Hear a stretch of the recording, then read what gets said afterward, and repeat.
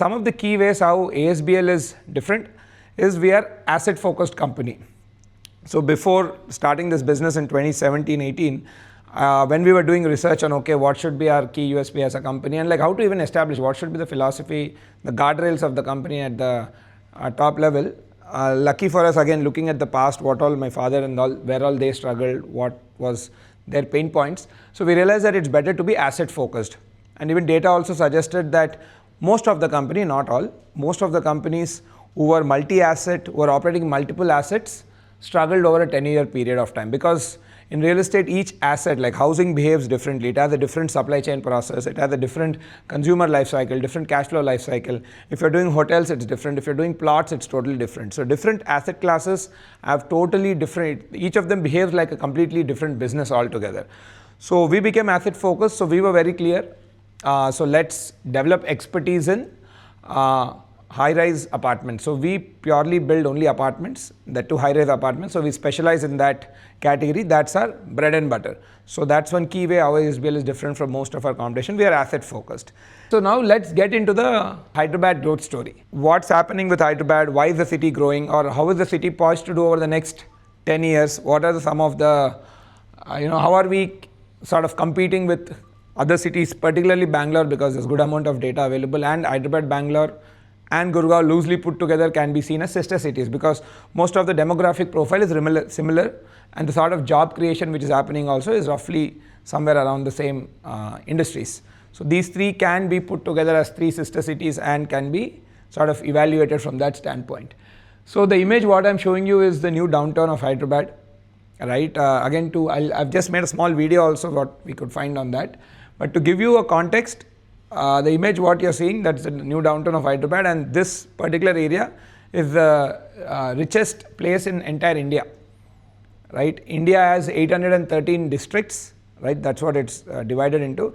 This is the richest district in the country, boasting a per capita average income of close to $20,000 US per annum. That's almost at the scale of, if I may put in, roughly, I think Dubai is around 25 to 30 if I'm not wrong. So we are 70% of that. So that's the pace of development which has happened in the last 10 years. Most of that has happened in the last 10 years, right? So in the case of Hyderabad and Telangana in broad, right?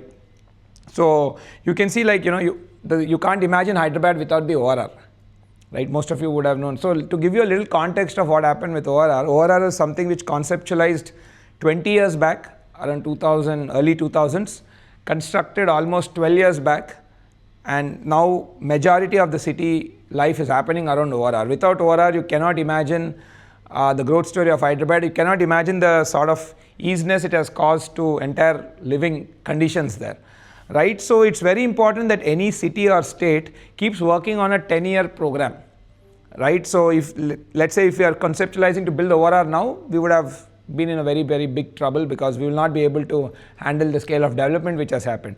So in that line, it's very important for people to see how is the government doing from a 10-year perspective. So in the case of Telangana, now currently they're working on something called RRR, or called Regional Ring Road. So it's essentially twice the size of ORR, so another circumference which will be covering the entire state, right? So ORR is 170 kilometers, RRR is 340 kilometers.